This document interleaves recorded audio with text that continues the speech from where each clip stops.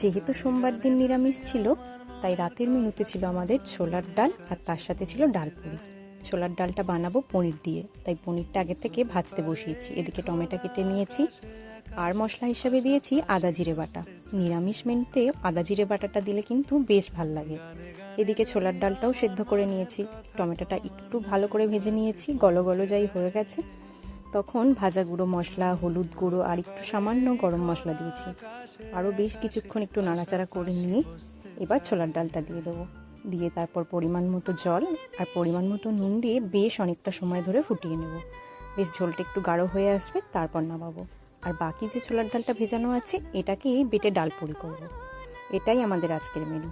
ছোলার ডালটা বেশ অনেকটা সময় ধরে ফুটিয়ে নিয়েছি, এবার উপর থেকে পনিরগুলো দিয়ে দিয়েছি। আরও কিছুটা সময় ফুটিয়ে নামাবার আগে দিয়েছি একটু গরম মশলা, সামান্য একটুখানি ঘিয়ের গন্ধটা আবার খুব বেশি হলে ভালো লাগে না। তো যাই হোক, গরম গরম ছোলার ডাল কিন্তু আমার একেবারে রেডি। এবার খালি ডাল পুরিগুলো করে নেবার পালা। ডাল পুরি হোক কচুরি খেতে ভাল লাগে, কিন্তু ওই পুর ভরে একটা একটা করে বেলে ভাজাটা যেন কি কষ্ট।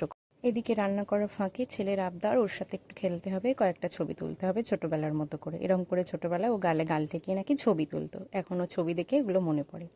এদিকে একটা একটা করে ডাল পুরিও আমি ভেজে নিচ্ছি।